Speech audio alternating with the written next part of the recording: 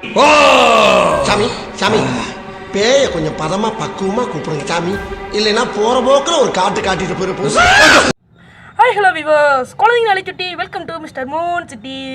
இன்னைக்கு நம்ம ஒரு சீரியஸான விஷயத்தை தான் பார்க்க போகிறோம். அந்த காலத்தில் நடந்த பனிப்போரை பற்றி இன்னைக்கு பார்க்க போகிறோம். வாங்க வீடியோக்குள்ள போகலாம். பனிப்போர்னா நீங்கள் என்ன நினைப்பீங்க? பனிக்காலத்தில் நடக்கிற போர் தான் நீங்கள் நினைப்பீங்க. அமெரிக்காவுக்கும் ரஷ்யாவுக்கும் பனிப்போர் நடந்துச்சு.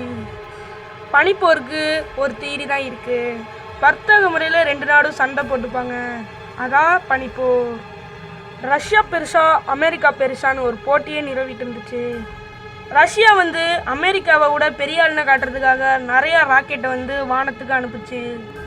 அப்போ தான் அவங்க யோசிச்சாங்க, நம்ம ஏன் ஒரு உயிரினத்தை வானத்துக்கு அனுப்பக்கூடாது, விண்ணுக்கு அனுப்பி அந்த உயிரோடு இருக்கா இல்லையான்னு டெஸ்ட் பண்ணலான்னு அனுப்புனாங்க.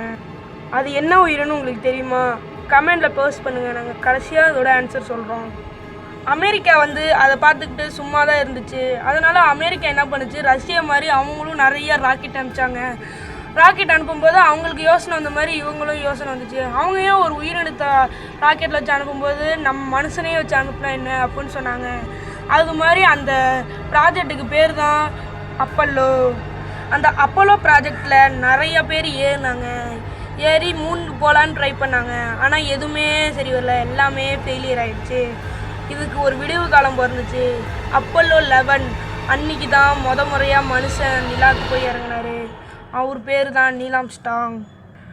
அவங்க நிலத்துக்கு அனுப்பிட்டாங்கன்னு சொல்லி வானத்துக்கு அவங்க மனுஷனை அனுப்பிட்டாங்கன்னு சொல்லி இவங்க ரஷ்யா என்ன பண்ணாங்கன்னா, அவங்க வானத்துக்கு போனால் நாங்கள் நிலத்துக்கு அடியில் போயிட்டே இருக்கோம் அப்படின்னு சொன்னாங்க.